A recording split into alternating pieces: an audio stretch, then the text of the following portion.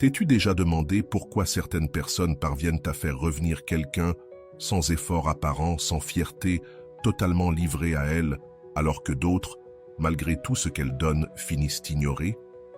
La réponse ne se trouve pas dans des astuces bon marché ou dans la manipulation émotionnelle, mais dans un principe ancien que peu de gens comprennent réellement. La majorité tombe dans la même erreur destructrice, croire qu'il faut toujours être présent, disponible, prêt à tout, pour être valorisé. Mais cette posture mène, en réalité, à une perte totale de pouvoir et à l'oubli. Il existe un chemin totalement différent, un chemin qui éveille chez l'autre une forme d'inquiétude si profonde qu'il ou elle commence à te chercher sans même comprendre pourquoi. Les anciens stoïciens ont découvert une vérité puissante sur l'esprit humain. Un prince capable de transformer une personne ordinaire en quelqu'un d'impossible à ignorer. Il ne s'agit ni de froideur ni d'indifférence, mais de déclencher des mécanismes invisibles qui retirent le contrôle émotionnel à l'autre. Dans cette vidéo, je vais te révéler les 10 secrets stoïciens qui font que n'importe qui peut te rechercher avec désespoir, sans orgueil, sans contrôle, sans même savoir pourquoi. Et tout cela, sans manipulation, sans jeu, seulement avec de la sagesse appliquée. Écris en commentaire, je suis la valeur qu'on a perdue. Cela ancrera en toi le premier pas pour attirer de nouveau ce qui semblait perdu. Tu te souviens de ce moment où tu réalises que quelqu'un a disparu de ta vie et que soudainement, un vide étrange s'installe. C'est comme si quelque chose d'important avait été déplacé, sans que tu puisses dire quoi exactement. C'est là la force la plus puissante dans le monde des relations. L'absence. Elle fait plus mal que n'importe quelle présence. La plupart des gens font exactement le contraire de ce qu'ils devraient lorsqu'ils veulent récupérer quelqu'un. Ils apparaissent plus souvent, envoient plus de messages, se rendent encore plus disponibles. Ils pensent ainsi être valorisés. Mais c'est faux. Plus tu te montres, moins tu as de valeur. C'est comme l'eau. Quand elle est partout, personne ne la remarque. Mais quand elle manque, tout le monde ressent la soif. Quand tu disparais de la vie de quelqu'un, tu crées un vide émotionnel impossible à ignorer. Il ne s'agit pas de faire semblant ou de jouer à l'indifférent. Il s'agit de comprendre que ta présence constante efface tout mystère et tout désir. Tu deviens banal, prévisible, ennuyeux. Réfléchis, quand tu perds quelque chose que tu aimais vraiment, tu n'y penses pas tout le temps, mais tu te surprends à espérer son retour. C'est pareil pour les relations. Quand tu quittes la scène, tu deviens cette chanson qu'on n'entend plus, ce parfum qui flotte encore dans l'air. Le secret, ce n'est pas de disparaître pour toujours, c'est de créer une absence qui éveille le manque, pas la colère. Une absence qui pousse l'autre à se demander « Où es-tu ? Que fais-tu ? Vas-tu bien ? Es-tu avec quelqu'un ?» Cette curiosité devient comme une démangeaison qui ne disparaît pas. Plus la personne essaie de ne pas penser à toi, plus elle pense à toi. Mais attention, il y a une grande différence entre disparaître parce que tu es blessé et disparaître parce que tu connais ta valeur. Si tu le fais par douleur, par colère ou par vengeance, cela se voit. La personne sent que tu fais un drame, que tu cherches à attirer l'attention, et tu perds tout ton pouvoir. Mais si tu disparais parce que tu as une vie, des priorités, un monde intérieur riche, alors tu deviens intrigant. La vraie absence, ce n'est pas de punir, c'est de choisir de consacrer ton énergie à ce qui compte vraiment. C'est vivre une vie si intéressante que tu n'es tout simplement pas toujours disponible. Avant de continuer, si tu n'es pas encore abonné à ma chaîne YouTube, je t'invite à le faire dès maintenant. En t'abonnant, tu seras informé de toutes mes nouvelles vidéos, ce qui te permettra de ne rien manquer de contenu précieux. Quand l'autre se rend compte que tu ne l'attends pas, que tu avances sans lui, c'est là que l'impact est réel. Tu réveilles chez lui cette sensation. J'ai perdu quelqu'un de précieux. Regarde ce qui se passe quand on veut acheter quelque chose. Si c'est toujours disponible, on attend. Mais s'il ne reste que quelques pièces ou si l'offre est limitée, on se précipite. Les sentiments, c'est pareil. Ce qui est toujours là perd de sa valeur. Ce qui peut s'en aller devient précieux. La personne toujours disponible, toujours prête à répondre, toujours libre pour une rencontre, envoie un message clair. Je n'ai rien d'autre de plus intéressant dans ma vie. Et ça, ce n'est pas attirant. Mais quand tu as ton emploi du temps, tes projets, tes engagements, l'autre se rend compte qu'il doit faire de la place pour toi. Et c'est ça qui change tout. L'amour, ce n'est pas être cruel ou insensible. C'est avoir assez d'amour pour soi pour ne pas mendier l'attention. Quand tu cesses de poursuivre, quand tu n'es plus toujours là, tu obliges l'autre à sortir de sa zone de confort.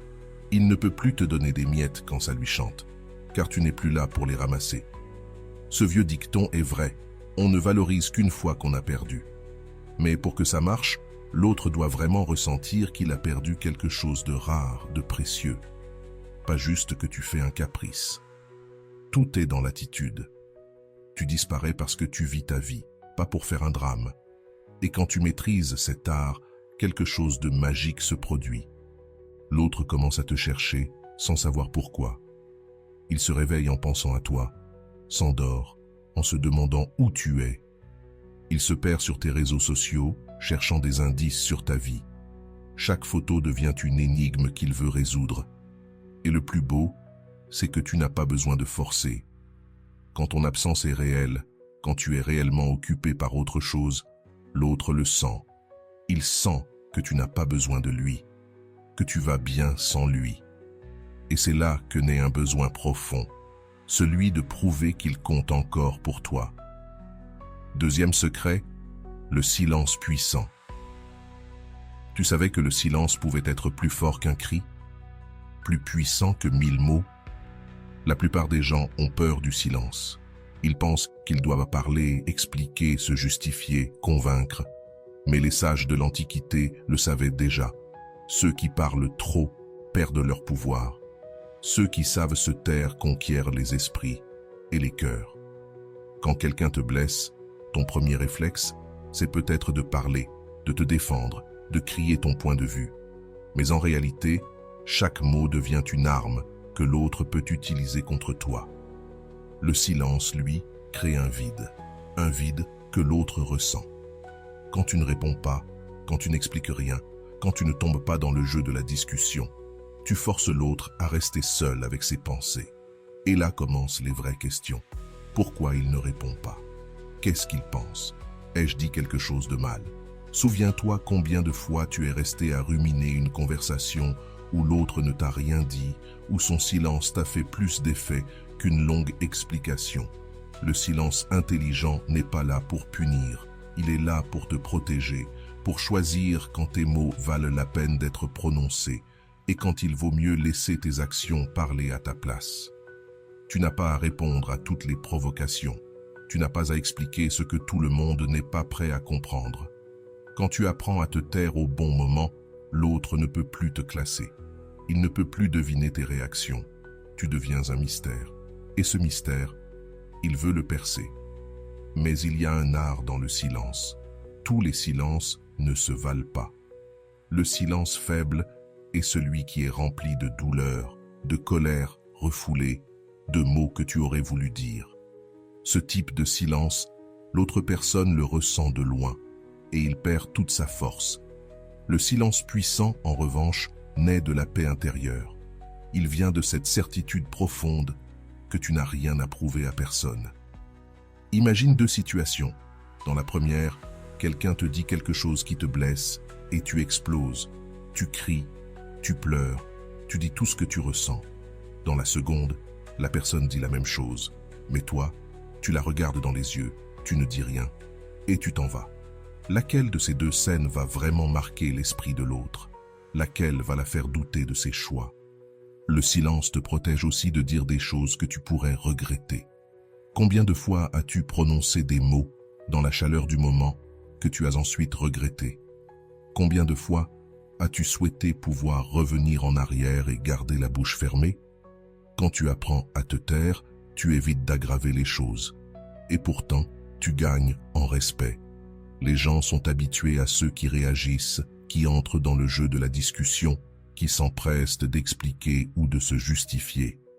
Mais quand ils rencontrent quelqu'un qui reste calme, qui ne court pas derrière eux pour donner des explications, cela crée une forme d'admiration inconsciente. C'est comme s'ils pensaient « Waouh, Cette personne a une force intérieure que je n'ai pas. Le silence bien utilisé crée aussi un espace pour que l'autre ressente le manque de ta voix. Quand tu parles trop, ton opinion devient banale. Tes mots perdent de leur poids. Mais quand tu choisis avec soin ce que tu dis, chaque mot devient important. La personne écoute avec attention. Elle guette la moindre de tes réactions. Ne confonds pas cela avec de la froideur ou de l'indifférence. Le silence puissant ne signifie pas que tu ne ressens rien. Cela signifie simplement que tu ne laisses pas tes émotions contrôler tes réactions. Peut-être que tu ressens beaucoup à l'intérieur, mais à l'extérieur, tu montres du calme et de la maîtrise. Et c'est bien plus attirant que quelqu'un qui explose tout le temps. Ce qui est encore plus fascinant, c'est que le silence force l'autre à assumer ses actes. Quand tu ne cours plus après pour tout expliquer, pour tout résoudre, pour tout pardonner, la personne doit faire face au poids de ses propres choix.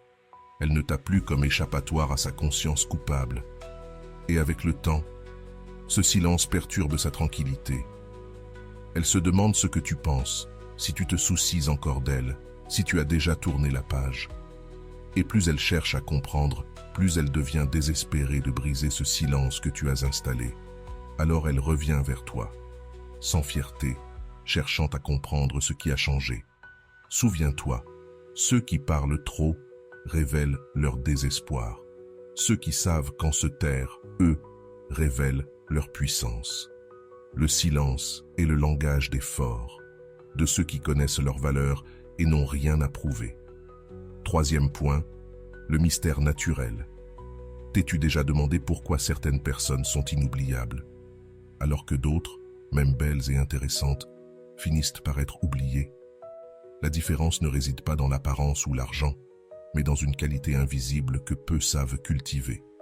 Le vrai mystère ne consiste pas à être faux ou à cacher qui tu es, mais à ne pas tout livrer à n'importe qui. La plupart des gens, lorsqu'ils aiment quelqu'un, commettent l'erreur de tout dévoiler dès les premiers rendez-vous.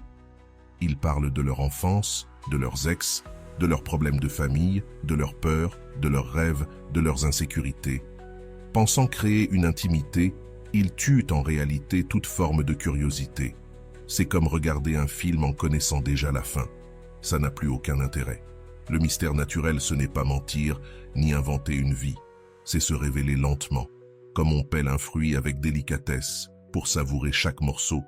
Quand tu ne racontes pas tout d'un coup, l'autre ressent cette excitation de découvrir un trésor caché. Chaque conversation révèle une nouvelle facette de ta personnalité. Et c'est addictif. Pense aux personnes qui ont le plus éveillé ta curiosité. Ce n'étaient sûrement pas celles qui se sont livrées entièrement dès le début, mais celles qui laissaient quelques indices, qui disaient certaines choses, et en taisaient d'autres, celles qui avaient des couches à découvrir. C'est ce sentiment que tu dois éveiller chez les autres. Quand tu es un livre ouvert dès le premier jour, la personne lit tout rapidement, et c'est fini. Mais quand tu es comme ces livres qui cachent des secrets entre les pages, alors elle veut continuer à lire. Elle veut savoir ce qu'il y a encore à découvrir. Chaque rencontre tourne une nouvelle page de ton histoire. Le secret est de doser l'information. Tu peux parler de ton travail, mais tu n'as pas à dévoiler tous les détails de ta carrière.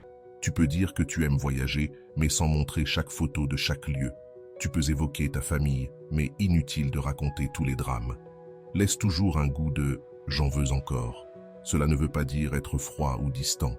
Tu peux être chaleureux, présent, attentionné, tout en gardant certaines parties de toi secrètes. En réalité, les personnes les plus captivantes sont comme ça. Elles s'impliquent émotionnellement, mais conservent certains mystères. Ce mystère se reflète aussi dans tes habitudes, ta routine.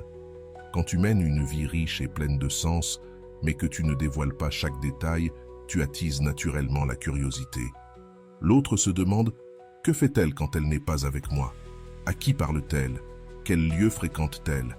Quelles histoires a-t-elle encore à raconter ?» Il y a un pouvoir immense dans le fait d'avoir des choses dont tu ne parles pas.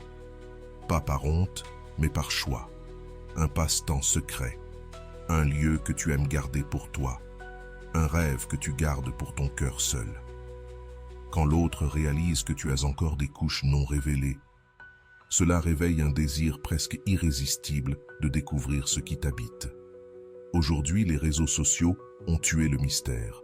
Tout le monde montre tout, chaque repas, chaque sortie, chaque pensée. Mais imagine le pouvoir d'être différent, de ne publier que certaines choses, tout en laissant d'autres pour ceux qui partagent ta vraie vie. La personne deviendra folle de ne pas savoir ce que tu gardes pour toi. Le vrai mystère, c'est aussi de ne pas être prévisible. Quand l'autre pense te connaître, tu lui montres une facette inattendue. Quand elle attend une certaine réaction, tu réagis autrement.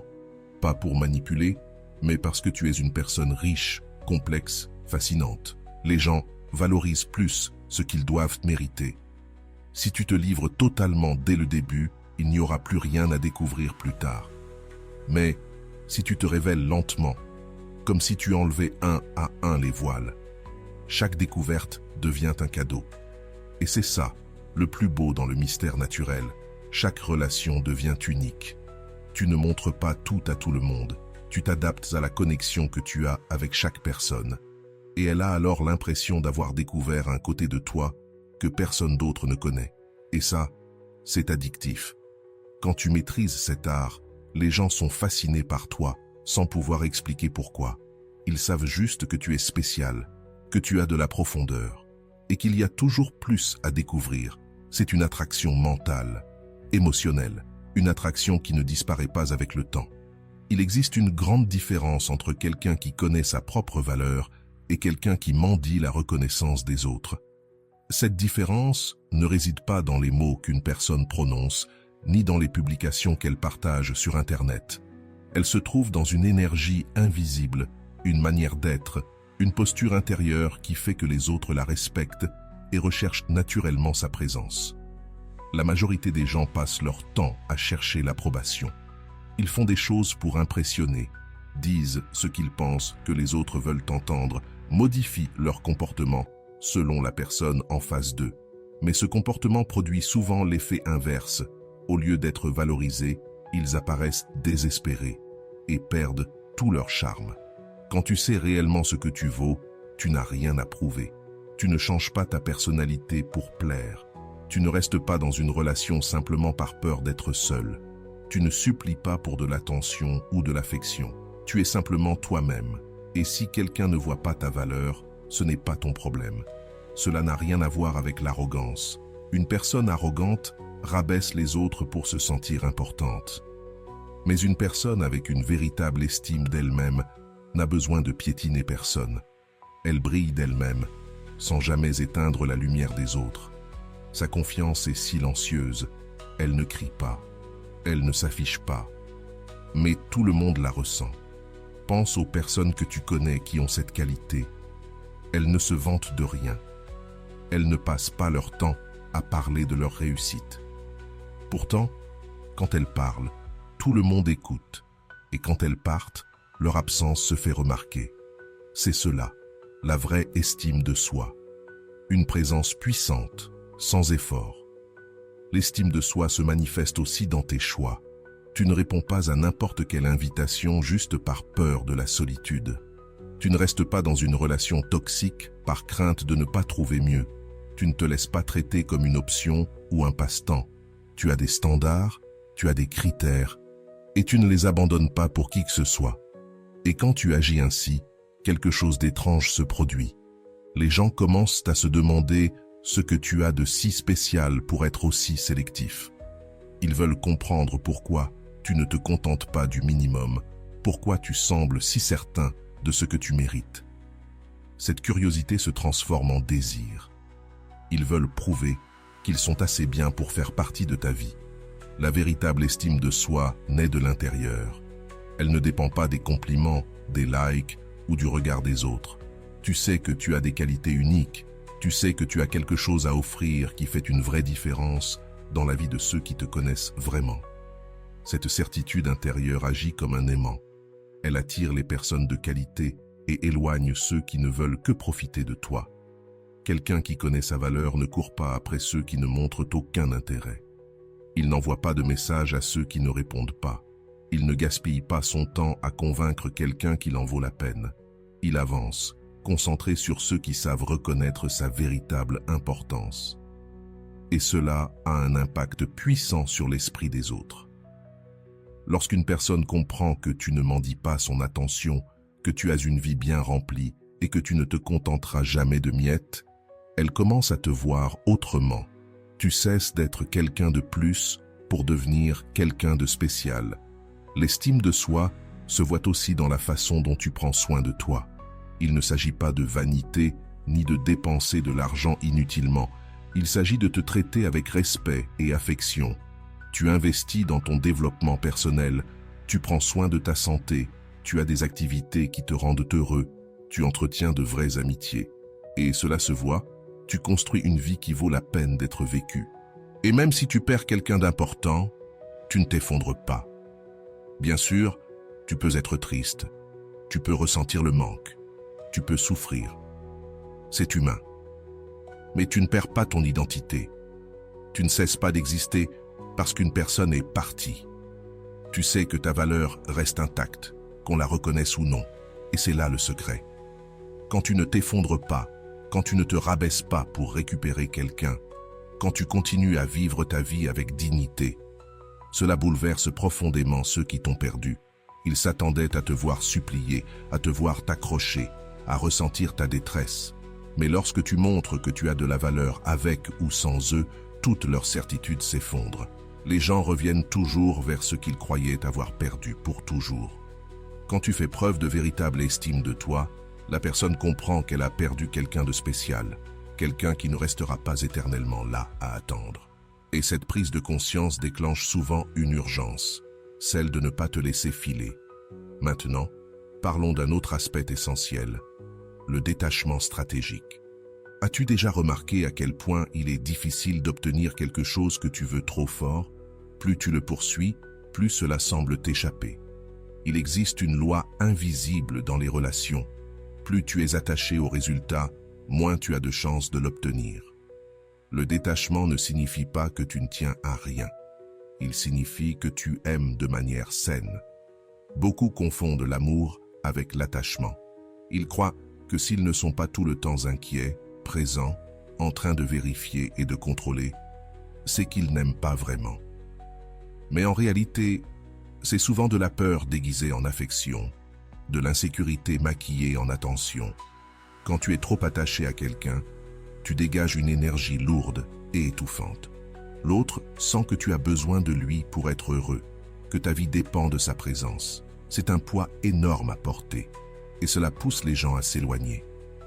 Personne ne veut être responsable du bonheur d'un autre. Le véritable détachement, c'est aimer sans posséder, prendre soin sans contrôler, être présent sans être envahissant. C'est comprendre que chacun est libre de faire ses choix et que ton bonheur ne peut pas dépendre des décisions des autres. Et quand tu arrives à aimer de cette façon, il se passe quelque chose de magique. L'autre personne se sent libre de choisir d'être avec toi et non pas obligée de rester. Imagine la différence entre retenir un oiseau de force et laisser ta main ouverte pour qu'il y revienne de lui-même. Si tu le serres trop fort, il cherchera à s'enfuir. Si tu ouvres ta main, il peut choisir de rester parce qu'il s'y sent bien. C'est pareil avec les gens. Ils restent là où ils se sentent libres d'être eux-mêmes.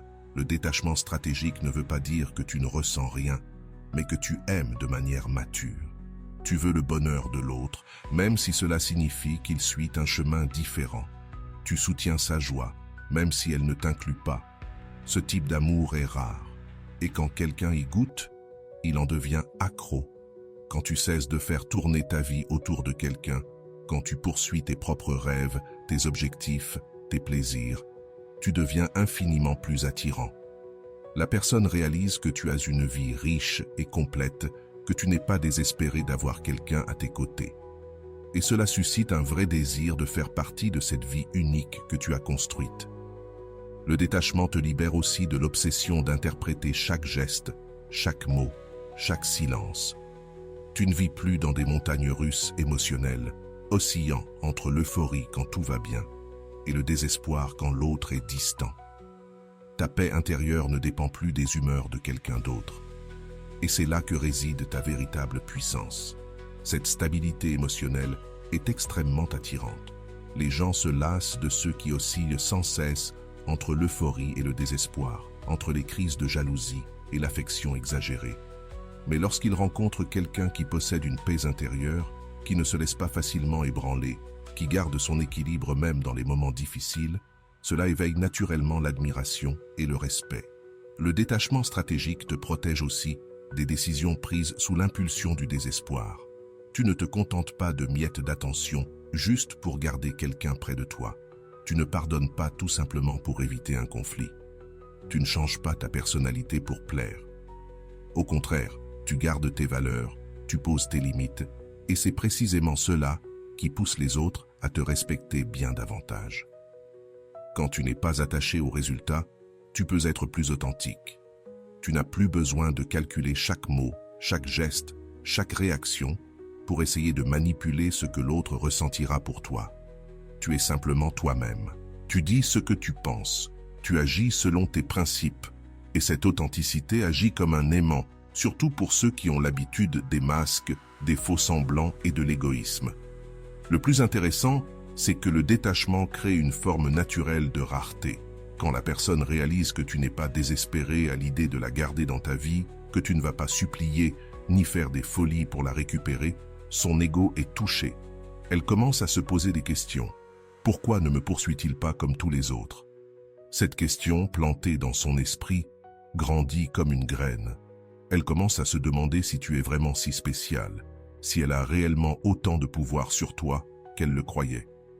Et lorsqu'elle comprend qu'elle peut véritablement te perdre, que tu ne seras pas toujours disponible, alors naît en elle un besoin désespéré de regagner ton attention. Le détachement stratégique t'ouvre aussi les yeux sur les gens tels qu'ils sont vraiment, pas tels que tu voudrais qu'ils soient. Quand tu n'es plus aveuglé par le besoin d'avoir quelqu'un à tes côtés, tu peux voir s'il te valorise sincèrement, s'il tient réellement à toi, s'il souhaite vraiment être présent dans ta vie. Cela t'évite de perdre du temps avec ceux qui ne le méritent pas. Rappelle-toi, ceux qui aiment vraiment veulent que tu sois libre de choisir. Et lorsque tu montres que tu es libre de choisir, mais que tu décides malgré tout de rester, cela a une valeur bien plus grande que de rester par obligation, par habitude ou par peur de la solitude. Le vrai détachement n'éloigne pas ceux qui t'aiment vraiment. Au contraire, il les rapproche encore plus de toi. L'énergie inversée. Il existe une force invisible que peu de gens comprennent, mais qui peut changer radicalement le cours d'une relation.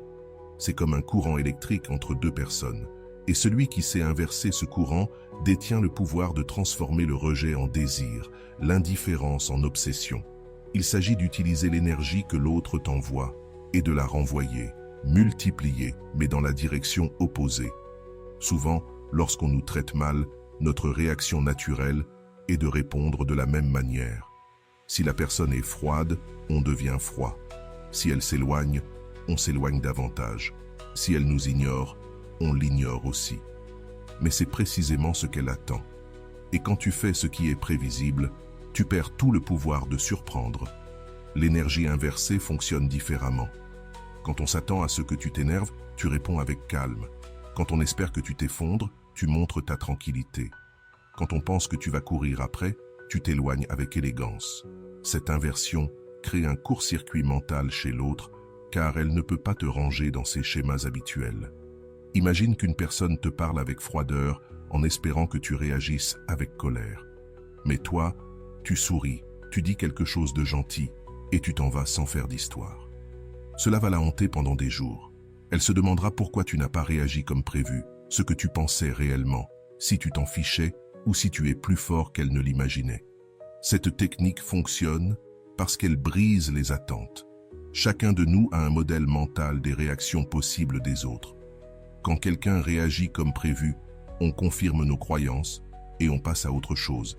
Mais quand quelqu'un réagit de façon totalement différente, cela crée une curiosité irrésistible. L'énergie inversée démontre aussi une grande maturité émotionnelle. Quand tu ne te laisses pas entraîner dans la provocation, quand tu refuses d'entrer dans le jeu de la vengeance, quand tu gardes ta classe alors que l'autre perd la sienne, cela révèle une force intérieure impressionnante. Les gens respectent profondément ceux qui savent rester élégants, même dans l'adversité. Attention, Il ne s'agit pas de faire semblant ou de réprimer tes émotions. Il est normal d'éprouver de la colère, de la peine ou de la déception. Mais la vraie différence réside dans la manière dont tu choisis d'exprimer ces émotions. Au lieu d'exploser, tu canalises cette énergie dans quelque chose de constructif. Tu l'utilises pour grandir. Par exemple, si quelqu'un se moque de toi pour te faire perdre ton sang-froid, transforme cette énergie en motivation pour élever ta vie. Si on t'ignore dans l'espoir que tu quémandes de l'attention, utilise cette énergie pour te concentrer sur tes projets personnels. Tu transformes le poison en médicament. Le plus puissant, avec l'énergie inversée, c'est qu'elle pousse l'autre à repenser toutes ses stratégies. Lorsqu'il ou elle réalise que les jeux mentaux ne fonctionnent pas sur toi, que tu ne tombes pas dans ces pièges émotionnels, il ou elle doit changer d'approche. Et souvent, la seule approche qui reste, c'est la sincérité. Même si la personne ne l'admet pas, cette inversion éveille un profond respect. Elle sera impressionnée par ta capacité à ne pas vaciller, à rester digne, même quand on essaie de t'ébranler. Et ce respect est souvent le premier pas vers des sentiments plus profonds. Quand tu maîtrises cette énergie inversée, tu casses le cercle vicieux des relations toxiques. Tu évites la guerre des égos dans laquelle tout le monde finit perdant. Tu élèves le niveau.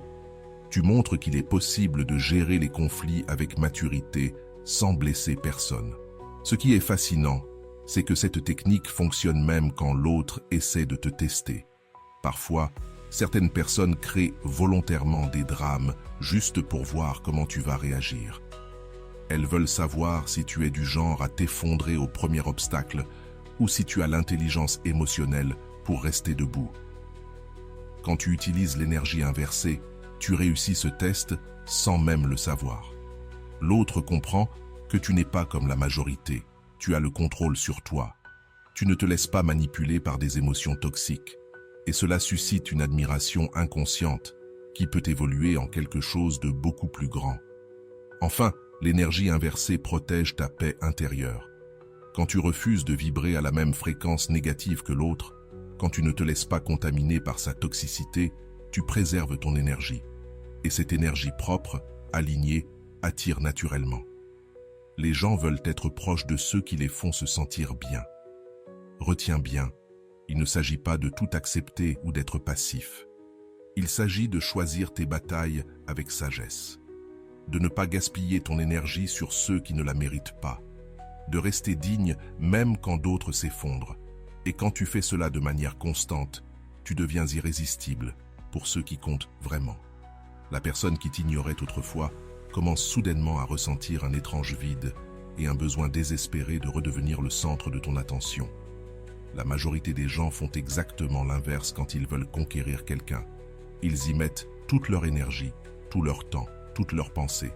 Ils se réveillent en pensant à cette personne, passent la journée à vérifier s'ils ont reçu un message, s'endorment en l'imaginant. Ils pensent qu'ainsi, ils gagneront son cœur. Mais en réalité, ils lui remettent tout leur pouvoir. Quand tu te focalises trop sur une personne, tu envoies un message silencieux, mais extrêmement clair. Ma vie tourne autour de toi. Tu es plus important que moi. Et ça, c'est l'opposé de ce qui est attirant. Personne ne tombe amoureux de quelqu'un qui le place si haut sur un piédestal qu'il s'efface lui-même dans le processus. On tombe amoureux de ceux qui ont une vie intéressante et choisissent de la partager avec nous. Rediriger ton attention ne signifie pas faire semblant de ne pas t'intéresser ou essayer de rendre l'autre jaloux. Cela signifie littéralement construire une vie si riche, si pleine de bonnes choses, que tu n'as même plus le temps de t'obséder pour une seule personne. Tu as un travail qui te passionne, des loisirs qui t'enthousiasment, des amis qui te font rire, des projets qui te motivent. Imagine deux situations. Dans la première, tu passes ta journée à attendre un message, à consulter ton téléphone toutes les 5 minutes, à annuler des plans dans l'espoir que cette personne t'écrive. Dans la seconde, tu es tellement pris par ta propre vie que, lorsqu'elle te contacte enfin, tu mets du temps à répondre parce que tu étais occupé à vivre. Laquelle de ces deux situations est la plus attirante? Quand tu rediriges ton attention vers toi-même, des choses très intéressantes commencent à se produire. D'abord, tu deviens plus intéressant parce que tu es en constant apprentissage. en évolution, en train de vivre de nouvelles expériences. Ensuite, tu deviens moins disponible, ce qui augmente automatiquement ta valeur perçue. Enfin, tu cesses d'émettre cette énergie de besoin qui repousse les autres. Et ce qui est fascinant, c'est l'effet que cela a sur ceux qui étaient habitués à recevoir toute ton attention. Cette personne se sentait à l'aise en sachant que tu étais toujours là, toujours disponible, toujours focalisé sur elle. Mais soudain, elle réalise que tu as d'autres priorités, d'autres centres d'intérêt, d'autres personnes dans ta vie. Et cela crée une agitation intérieure qu'elle ne peut pas ignorer. C'est comme une chanson que tu écoutais tous les jours. Tu ne te rendais même pas compte à quel point elle te plaisait, jusqu'au jour où elle disparaît. C'est pareil avec les gens. Ils ne réalisent la valeur de ton attention que lorsqu'elle n'est plus toujours disponible. En redirigeant ton attention, tu te protèges aussi des fantasmes irréalistes. Quand tu es obsédé par quelqu'un, tu as tendance à l'idéaliser, à ignorer ses défauts, à lui prêter des qualités qu'elle n'a pas. Mais quand tu es centré sur d'autres choses, tu peux la voir telle qu'elle est vraiment, sans les filtres du besoin. Ce changement de perspective est libérateur. Tu cesses d'accepter des miettes d'attention comme si c'était des festins. Tu arrêtes d'interpréter chaque gentillesse comme une preuve d'amour éternel.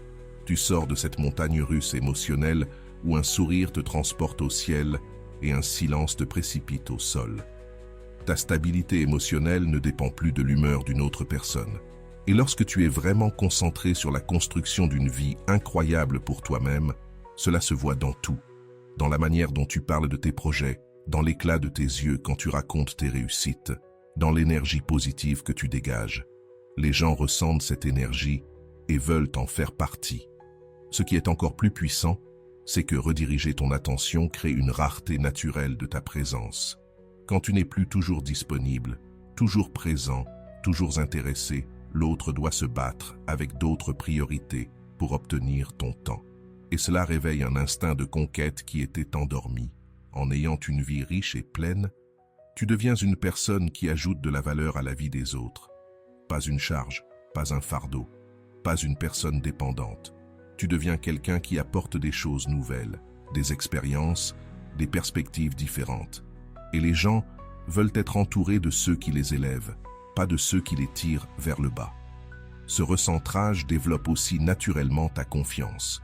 Quand tu accomplis des choses, que tu relèves des défis, que tu grandis, tu te sens automatiquement plus sûr de toi.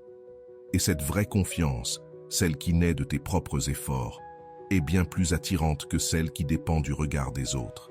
N'oublie jamais ceci, ceux qui t'aiment vraiment seront heureux de te voir évoluer, de te voir t'épanouir, de te voir construire une vie pleine. Et si quelqu'un est dérangé par le fait que tu ne lui consacres plus toute ton attention, c'est qu'il ne voulait pas ton bonheur, mais ta dépendance. Quand tu rediriges ton attention de manière sincère, tu ne récupères pas seulement ceux qui t'avaient perdu. Tu attires de bien meilleures personnes dans ta vie. Des personnes qui admirent ton indépendance, qui respectent tes accomplissements, qui veulent t'ajouter à leur vie, pas simplement recevoir ton attention inconditionnelle. Et enfin, parlons de la puissance de la présence rare. Il y a une grande différence entre être toujours disponible et être réellement spécial. La présence rare ne veut pas dire être distant ou jouer à un jeu. Cela signifie simplement comprendre que les choses les plus précieuses ne sont ni partout, ni toujours accessibles. Quand tu deviens une présence rare dans la vie de quelqu'un, tu deviens immédiatement plus désirable. La plupart des gens croient qu'ils doivent toujours être là, tout le temps, pour ne pas être oubliés. Ils répondent aux messages à la seconde, acceptent toutes les invitations, annulent leurs propres plans pour être disponibles. Mais en faisant cela, ils deviennent communs, prévisibles, sans aucune valeur particulière. Réfléchis à ce que tu valorises le plus dans ta vie. Ce ne sont probablement pas les choses que tu peux avoir tous les jours. Ce sont ces moments rares, ces expériences uniques, ces personnes qui ne sont pas toujours là, mais qui laissent une trace profonde. Les relations fonctionnent exactement de la même manière. Ce qui est toujours là perd de son charme. La rareté crée l'attente. Quand les gens savent qu'ils ne te verront pas à chaque instant, qu'ils n'ont pas un accès permanent à toi. Chaque rencontre devient un événement spécial. Ils attendent avec impatience la prochaine occasion d'être en ta présence. Et ce n'est pas une question de jouer un rôle ou de prétendre être occupé. Une vraie présence rare vient d'une vie vraiment intéressante, d'un emploi du temps rempli de choses qui comptent. Tu as des projets qui t'enthousiasment, des amis à voir, des passions à entretenir. Quand tu deviens une présence rare, les gens savourent chaque moment passé avec toi. Ils sont pleinement présents. Ils ne consultent pas leur téléphone, ne pensent pas à autre chose. Ils savent que ton temps est précieux. Alors, ils en profitent pleinement. Et c'est là que la magie opère. Les gens ressentent souvent le besoin de protéger, de garder, de s'assurer que quelque chose ne leur échappe pas. Inconsciemment, ils commencent à te traiter comme un trésor qu'ils doivent préserver. Le plus intéressant, c'est de voir comment ta présence rare affecte la qualité de tes relations. Quand tu n'es pas toujours disponible, tu filtres automatiquement les personnes qui tiennent vraiment à toi. Ceux qui ne venaient vers toi que par convenance ou par ennui disparaîtront rapidement. Mais ceux qui te valorisent sincèrement feront l'effort de libérer du temps pour toi. Cette rareté te protège aussi des relations superficielles. Être toujours disponible, c'est risquer d'être vu comme une distraction, une échappatoire, une seconde option. Mais quand ta présence devient rare, les autres doivent faire preuve d'intention. Ils ne peuvent plus te chercher simplement quand ils n'ont rien de mieux à faire. Ce positionnement crée un cycle très positif. Plus tu deviens une présence spéciale, plus des personnes intéressantes veulent faire partie de ta vie. Et plus ta vie devient riche et pleine de sens, plus tu deviens rare. C'est comme une spirale ascendante qui t'élève vers des cercles sociaux de meilleure qualité. Souviens-toi, la rareté ne se mesure pas en quantité, mais en qualité. Tu peux voir quelqu'un une seule fois par mois, mais si cette rencontre est mémorable, elle aura bien plus de valeur que 50 rendez-vous sans âme. Les gens se souviennent des moments qui touchent leur cœur, pas de ceux qui n'étaient là que pour tuer le temps. Quand tu maîtrises cet art, quelque chose de magique se produit. Ceux qui te prenaient pour acquis réalisent soudain que tu n'es plus toujours là, qu'ils doivent désormais programmer un rendez-vous pour te voir, qu'ils sont en concurrence avec d'autres priorités de ta vie. Cela crée une urgence qui n'existait pas avant. La personne qui ne t'appelait que par ennui doit désormais anticiper. Celle qui annulait vos plans à la dernière minute doit maintenant respecter ton emploi du temps. Ce renversement de pouvoir se fait naturellement lorsque tu deviens rare et précieux. Ta rareté augmente aussi l'impact de chaque interaction. Quand les gens te voient moins, ils écoutent davantage.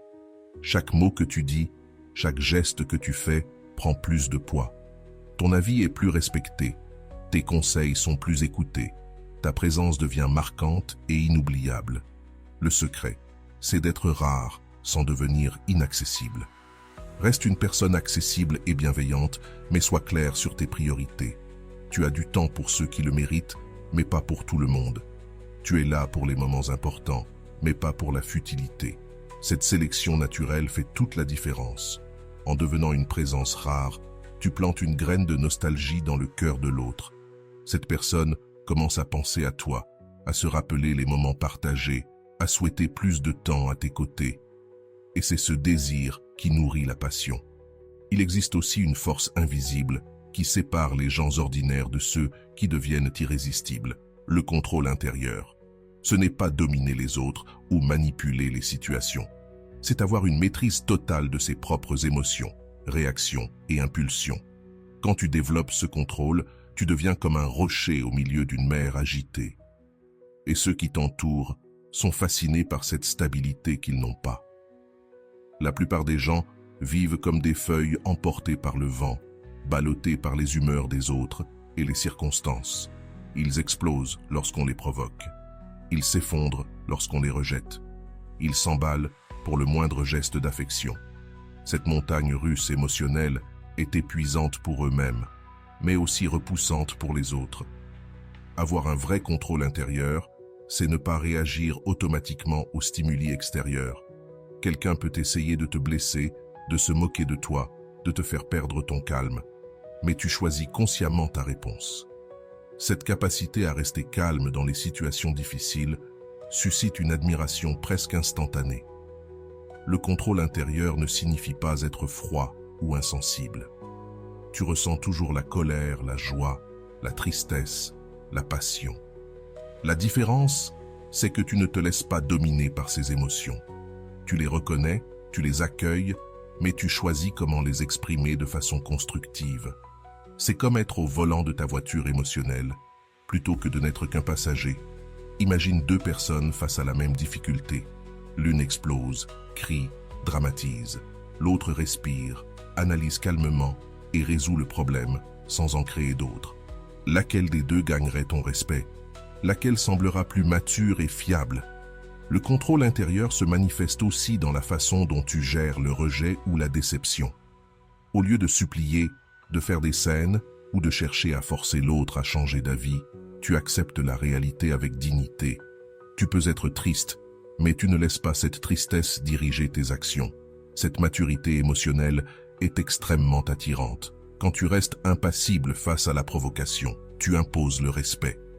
Les gens réalisent qu'ils ne peuvent pas te manipuler avec des caprices émotionnels, qu'ils ne peuvent pas te contrôler avec leurs humeurs, que tu n'acceptes pas n'importe quoi, juste pour éviter un conflit. Ce respect est la base de toute relation saine, et ce contrôle intérieur te protège aussi des décisions prises sous le coup de l'impulsion. Combien de fois as-tu dit ou fait quelque chose que tu as regretté ensuite parce que tu n'as pas su faire une pause avant de réagir? Développer cette capacité à prendre du recul t'évite bien des problèmes inutiles et tu gagnes une réputation de personne sage, digne de confiance. Les autres se sentent en sécurité à tes côtés parce qu'ils savent que tu ne vas pas exploser sans raison, ni faire d'esclandre. Tu es capable de gérer la pression sans perdre ton calme. Cette sécurité émotionnelle que tu offres est comme un oasis dans le chaos que la plupart vivent. Et le plus fascinant, c'est que ce contrôle crée un certain mystère autour de toi. Les gens se demandent ce que tu penses. Comment fais-tu pour rester si calme? Ce qui pourrait te faire perdre ton sang-froid. Ils veulent connaître tes limites, comprendre comment fonctionne ton esprit, trouver un moyen de te toucher émotionnellement. Cette curiosité crée un intérêt bien plus profond qu'une simple attirance physique. La personne veut te connaître sincèrement. Elle veut comprendre ce qui t'anime, ce qui te rend si équilibré. Et cette quête de compréhension construit un lien bien plus fort que n'importe quelle séduction ordinaire. Enfin, le contrôle intérieur te donne le pouvoir de choisir en toute conscience. Quand tu n'es pas l'esclave de tes émotions, tu peux évaluer chaque situation avec clarté et prendre la meilleure décision pour toi. Tu ne restes pas dans une relation toxique par peur de la solitude. Tu ne pardonnes pas des trahisons par peur de perdre quelqu'un. Tu ne t'humilies pas par désespoir. Cette capacité de choisir te rend plus sélectif.